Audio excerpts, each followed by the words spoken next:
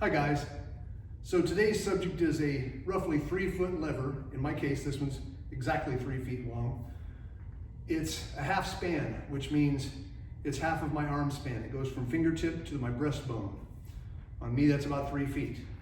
So this is a very, very useful length of lever. In this particular case, it's finally getting long enough that it will even stabilize when being thrown like a javelin as opposed to being swung or being thrown end over end like a boomerang is. It's not the best length for throwing, but I thought I'd show you on my oak and pellet here some throwing techniques. One thing you'll notice is that the rattan has a lot of rebound off of this 2-inch oak. It's going to fly straight back at me. I'm ready for it. If it does, I'll get out of the way. But you're not going to see that in a real application. So I'm going to throw a 3-footer, and then I'm going to throw a 7-footer, and let's see what that looks like.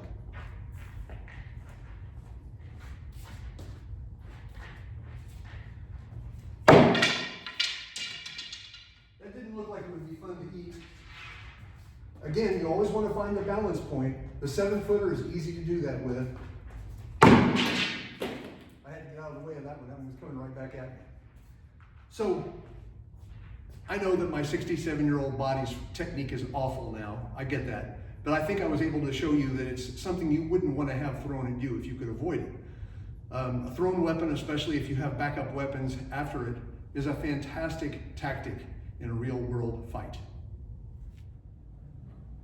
I mentioned in the last video that an undertaught part of longer weapons is how to use the section between your hands. Yes, you can use it for blocking. You absolutely can. That's about 3 things down on my list of things I'd rather do with the center section. This goes much more to more of a grappling game or grappling adjacent game in which I'm trying to own the space between my chest and my opponent's chest. Now, normally if we're boxing, it's the punching and defense that dominates this space. If we're grappling, we're each fighting for grips, trying to find an advantage in that way. But if my opponent doesn't put up a satisfactory defense against this, for example, if he just kind of hides inside of a boxing guard, that's going across both his forearms. Now, what good does that do? You can generate a little more force than you might think. That's a 175-pound trapping dummy with a pretty wide base, a wider base than a human. So if you can pop it, you can hit it. If you can hit it in the center section, you can hit it. You can even hit it from back to the thrust. So I really like to drill on this heavy dummy or any dummy like it to get a feel for sinking into my stance and really popping into someone. Just about the best way to answer this from my opponent, if he doesn't want to give up ground, if he wants to sort of answer my call for the challenge of this space, is for him to cross me with his own grip and block it, and then a whole game starts that you really can't play with a shorter weapon. So that's the center section game, at least imagined with the help of my poor armless dummy. Another element, as we get up towards the longer lengths of combat levers, is that I can use the center section grip much as I did for throwing just now, but for striking. So if I somehow end up in a range where my left hand either carrying its own weapon or warding off or framing to protect me, for whatever reason, if I come to a structure where my left side is forward and the balanced center grip is in my right hand, that's a really effective shot. It's essentially like I'm throwing and I don't let go. Very powerful, much more powerful than you might think. What most people want to do is death grip it and hit. That'll have an effect. But if you loosen up, not so much that it slides down your hand or flies out of your hand, but if you give it a nice, for this one, by the way, it's one time I like the thumb and forefinger instead of the 3 fingers. And I turn my shoulders like I'm going to throw it, so I might be pretty close to the guy. Now, why would I get in such a convoluted structure? Well, I suppose it's plausible that my opponent could approach me from this side, but much more likely is there's an old expression in the weaponry arts, and that is the weapon protects you. You protect the weapon. And both of those are important concepts. So I can easily envision a scenario where my opponent has tried to grab this, and I pull this side backwards and use my left hand for warding off. And as that happens, I could easily pull back into my javelin structure, still possibly throw it, or and then use other striking techniques to follow up. So I brought a 5-footer here to show you that when you get more length, you get much more power. That's actually moving the lapel. So a 7-footer is really powerful. So this is a fascinating technique. This javelin snap, as I call it, very useful. A lot of fun to train as long as you have something you can hit without tearing it up. I think you'll enjoy it if you play with it. Okay, so continuing with 3-foot or roughly 3-foot combat levers. This is a trainer, an aluminum trainer meant to represent from Thailand, from the country of Thailand, a da from the art of Krabi Krabong. And they tend to train with it choked up. I like a choked up grip. I'll talk about choking up a little bit more here in a minute. And I'm going to use this to illustrate a few points that I want to illustrate. All strikes with levers have 3 phases. They have a loading phase where you, either by virtue of how you just hold your guard, are already loaded, but that's still the loading phase. You may actively load, and I'll talk about that in a moment. You have a loading phase. You have a connection phase where your strike is actually hitting the target, the opponent's anatomy. And then you have the recovery phase where you get your weapon back into readiness for whatever happens next. Each of these phases is distinct and requires training to get right. And how I train for different scenarios will vary how I load. For example, if it's purely combat, which is my major emphasis, if it's purely combat, yes, I can load way back here and generate a lot of force against an opponent coming towards me. But that's not a very practical way to load. But that doesn't alter the fact that the physics of it is still valid. If my opponent is enough of a fool to allow me to hit him from here, I'm going to hit him really hard. So just because it's like certain loading positions appear foolish, doesn't mean you should see someone coming towards you in that position and go, "Pah, he can't hurt me." Yes, he can, but you should be able to handle it because he's doing something foolish. So loading can take the form of a chimp loading up a club to strike at you. It can be a bad form of loading, but still dangerous. And you can load in ways that are much more sophisticated and combatively effective. There are 3 different elements of loading a lever, at least in a gravity well, like standing on Earth. And that is, I can use gravity by lifting my weapon way up. Now I'm out of the camera range here, but the higher I lift, the more gravity can help me add power to my strike. Now, of course, once again, that's pretty extreme. But there is such a thing as a shoulder load and even a top load. And in a top load, I'm loaded literally above the crown of my head so that I can execute a strike from the extra height of over my head. It gives it definitely a lot more power, and yet it's not really leaving me quite as vulnerable. I would use the top load when my opponent is outside of the critical distance, where he's not within the ability to just step and hit me, he's just beyond that. That's a great distance to see if you can get your opponent to attack from too far away and commit assisted suicide with your help. So there are uses for high loads. But as my opponent gets closer and closer, my load is going to be more subtle. This is loaded because the tip is high, right? It's still taking advantage of gravity, and it can still snap out and strike quite effectively, just not as powerfully as if I loaded it in a more extreme way. So I can load with gravity. I can load with distance by making my weapon get farther from the target. Or I can just make the tip get farther from the target. That's a more subtle form of loading that's still quite effective. So in this guard, I can take the tip back and I've got simultaneously altitude and distance because the tip is further back than my hand and it can snap out fairly effectively. And a third way I can load is storing elastic energy. Now that sounds fancy, and that is just rotating my shoulder joint either fully into internal rotation or fully into external rotation, which loads a lot of power. That can be used in combat in very specific conditions, but generally speaking, it's a bad idea because it's too much loading again. So why even think about these if some of them are not good for combat? Because they're great for exercise.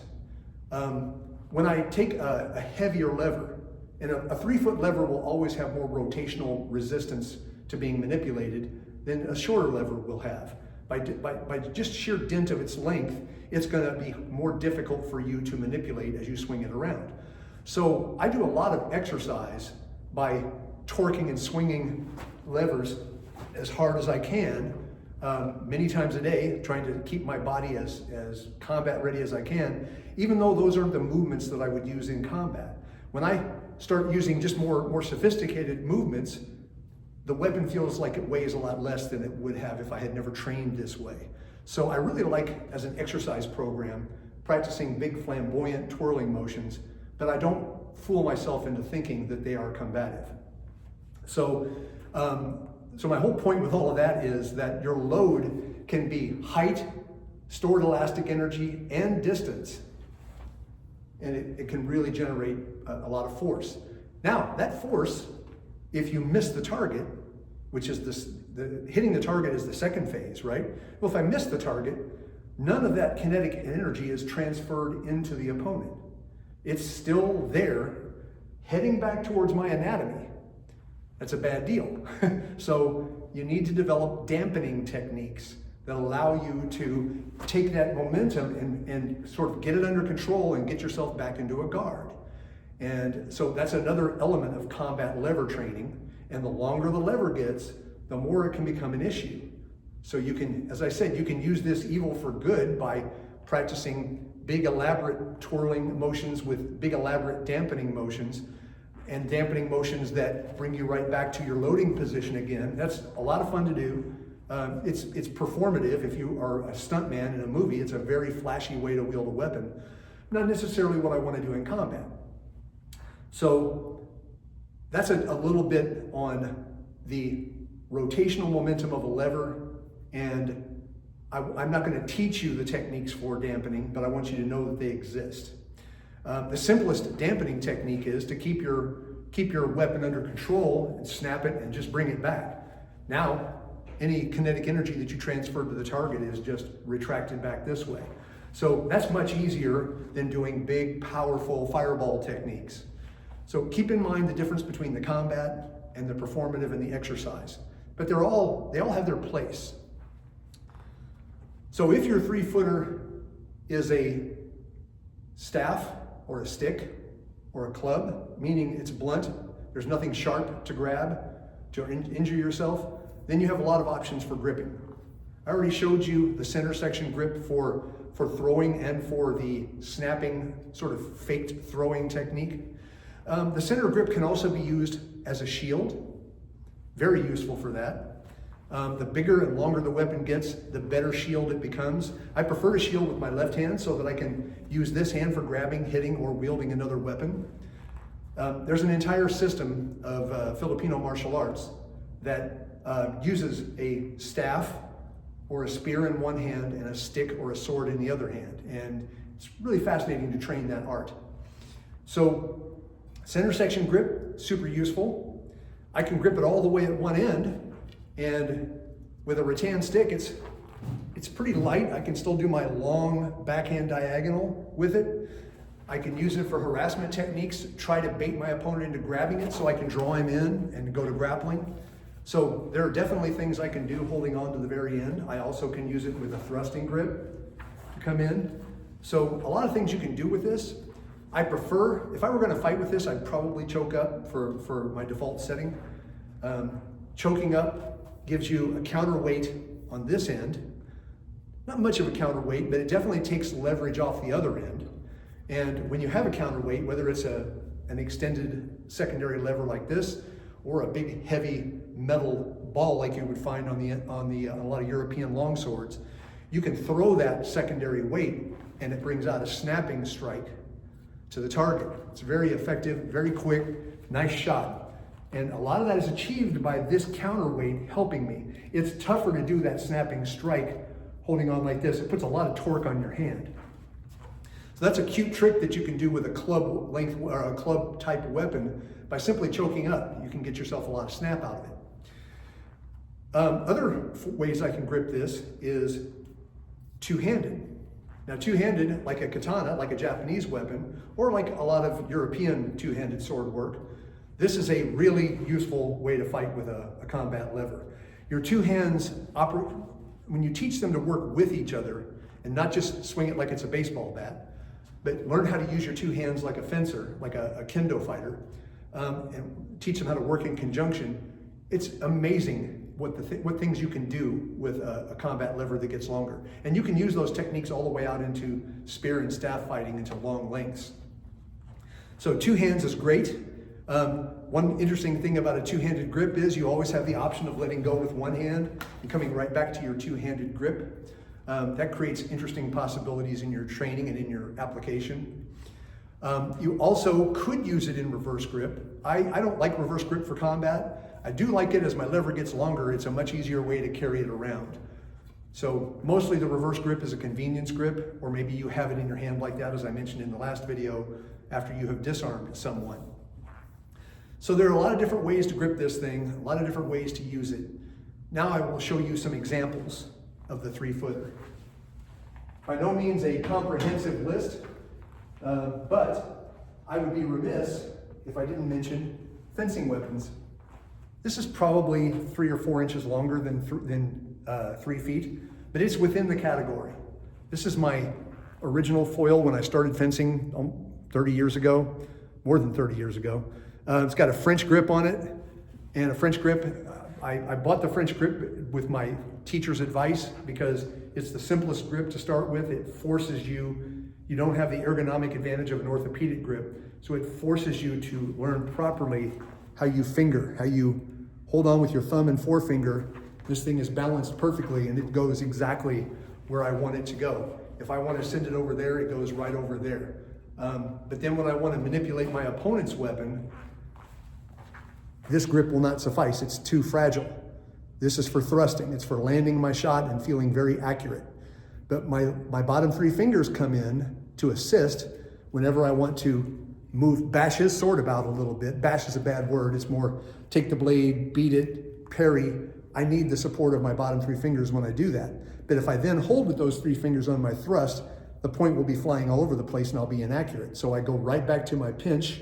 As soon as I finish moving it, I go back out to the pinch as I score, as I land my shot. So that's a fascinating element of especially the French grip. And then once I'd done 2 years with the French grip, my coach told me, well, go ahead and buy yourself an orthopedic grip.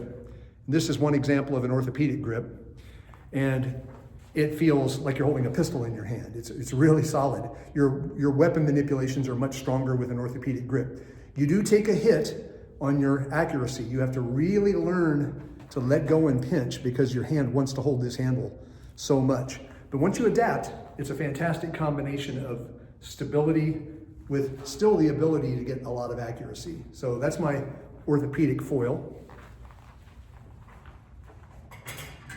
Here's my saber. That's a different weapon. It's the only one of the 3 fencing weapons where you cut in addition to thrust.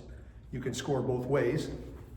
It's the only one of the 3 weapons that has a handguard that curls around like this, which is good because it stings like crazy to get hit by the saber here. You wear a thick glove when you saber fence. And my favorite fencing weapon is the épée.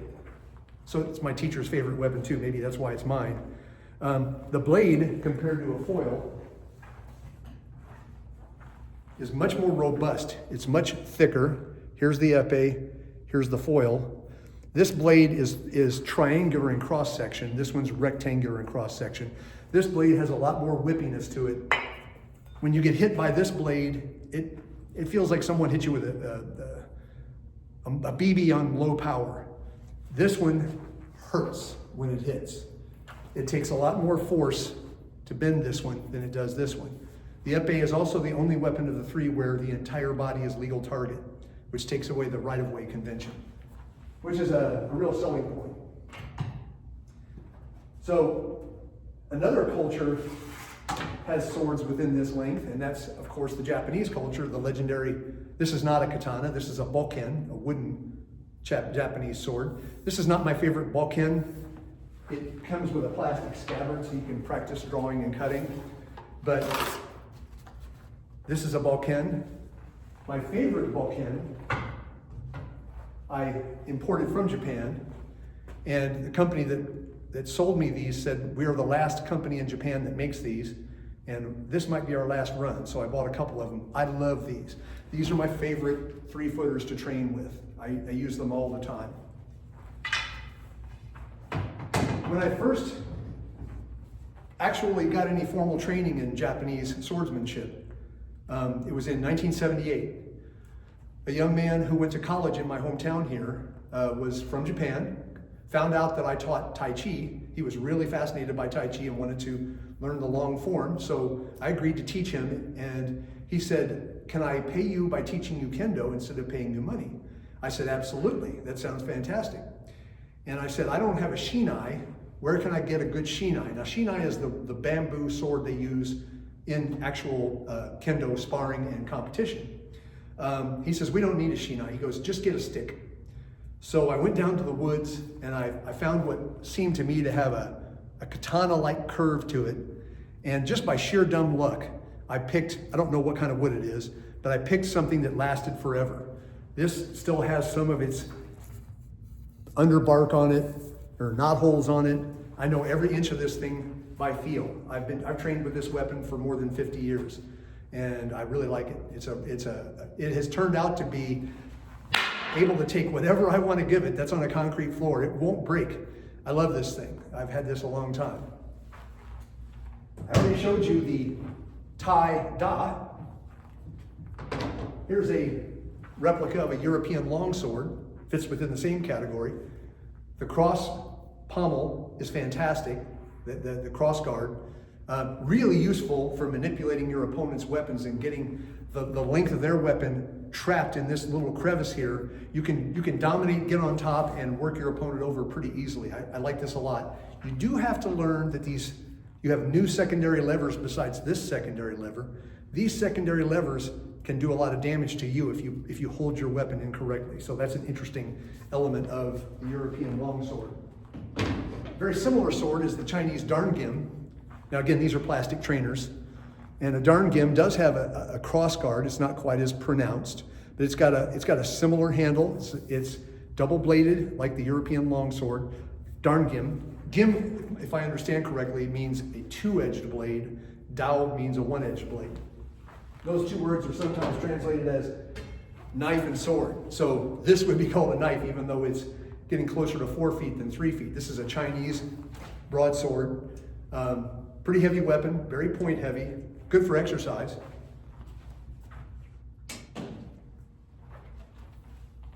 And of course, walking sticks tend to fall roughly into the 3-foot category, especially if they're a cane-style walking stick and not a pole-type walking stick. This particular design has a nice curved ergonomic handle. The curve fits perfectly into the palm.